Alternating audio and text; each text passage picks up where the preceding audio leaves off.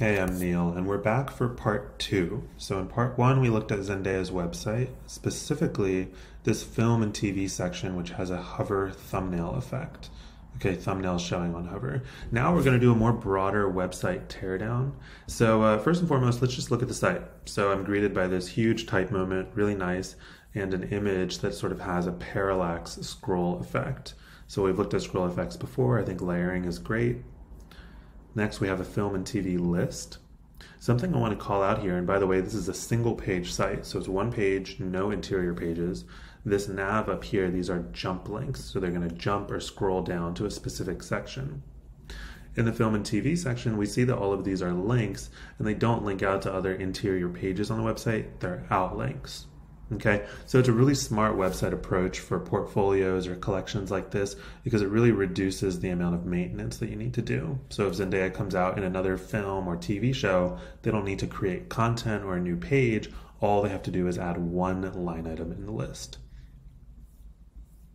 Okay, scrolling down to press. I was a little bit confused by this section at first. This huge image is really just a break. It's a moment. It's not really interactive. And if I scroll down, this is the actual press section. Okay, a little bit of a hover effect on these thumbnails. And then it's a little bit missable. I'll have some notes on this later, but this is actually a carousel. So these are carousel arrows. Let me go ahead and click on one of these if I can. And there we go, there's the carousel. These are also all outlinks to different press articles. Other websites, not this website. Okay, I get that same type moment again. Same exact type moment. This is all live type, by the way, which is great. We like that for performance and accessibility. And I'll show the typeface in a second. Now we have pretty much the only body of text on the site, and then a footer. Okay, let's start with the hero, and then I'll get into more suggestions. But you know, we've seen this type moment before on many websites, specifically portfolio websites. Nicolo Miranda's portfolio has been floating around recently. I see a pretty direct reference there. By the way, we know that this was designed by Milo. This is the designer's portfolio. And so for someone in the design and typography spaces, I think that reference is pretty clear. Not specifically to Miranda's portfolio, but to this type treatment in general. The typeface is Druk condensed. Okay, so we can test it out here. Let me go ahead and go into all caps and type Zendaya, and then I'll punch this up a little bit. So Druk has multiple weights in the font family. This is the condensed version. And really nice. I've used Druk on a client project before for 88 Rising. It's sort of like an evolution on Impact, a really weighty sans serif that works well in all caps. Okay, now let's spend a little bit more time on the film and TV section and then the press section. So what I did here is I pulled it into Figma and I took a full page screenshot. So this is, let me take this over here. So this is the whole site, a full page screenshot. And you can really clearly see how it's broken down section by section. Hero, film and TV, press, about, and then the footer. There's also a nav bar that's persistent up here. So looking at this gives us a really clear bird's eye view for how the site works, how each content section leads into the next, and it also lets us sort of evaluate these design decisions holistically. So one of the first things that jumped out to me is that this feels really left heavy. When we're talking about the grid, layout, and composition, there's nothing happening over here, and I want something on the right to anchor it.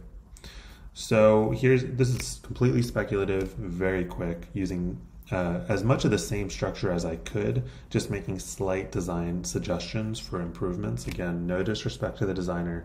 I think this is a great website. So what I did, and let me pull these closer side by side now, is I removed those bullet points on the left. I punched up the line height to give it a little bit more breathing room between rows. And then I added some tagging on the right to, again, activate the rest of the grid and make it feel less left heavy. Okay, so here it is, and then the tag here, I figured it could be for whether it's TV or film, and then the year, maybe using that chip style. Then moving on to press, I said earlier that this large image felt a little bit out of place. I'm not really sure if that image even has a role on this website. Maybe it belongs down at the footer, or maybe it doesn't belong at all. But again, preserving as much of the site as I could. Again, I'm trying to activate more of that right side. We have a really left aligned layout. And so I mentioned that these carousel arrows felt really missable to me. Like if you're scrolling through the site quickly, you might not even see them. And carousels in general, carousels aka image slideshows, they don't really get much engagement. People tend not to click on them. And so I wanted to make those a little bit more prominent. So in the press section here, I punched up the carousel arrows, I brought these 4 tiles higher, and I pushed that large featured image down below. Okay, I left the rest of the site intact. And then looking at the entire site with the bird's eye view, hopefully that feels a little bit more filled out. As I'm scanning down, I really like having that right, something on the right side of the layout there. I like having these large carousel arrows, and the composition just feels more balanced to me. This composition feels a little bit imbalanced. One more note, and this is actually the girl who made the TikTok pointed this out, is that there are these nice load animations here. Okay, and these load animations are a persistent motif throughout the entire site. Technically, this is probably done using an intersection observer, which basically detects when each element hits the viewport and then fades it in. There are a number of different ways to do load animations and scroll animations like this.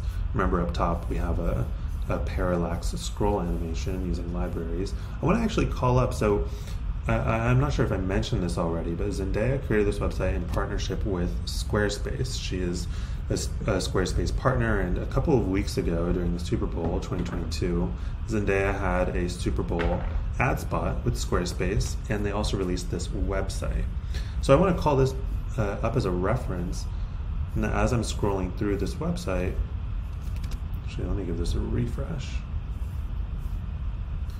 You can see that each element is sort of animating into the viewport, but it's done staggered and with better easing, better timing. So I like the fact that they're animating, let's come back here.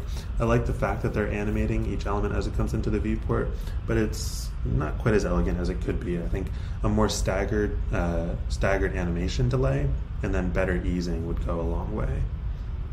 Okay, so that's the Zendaya website Teardown, and if you missed part 1, please go back and watch that, and that's on the image thumbnail on hover effect, just like this.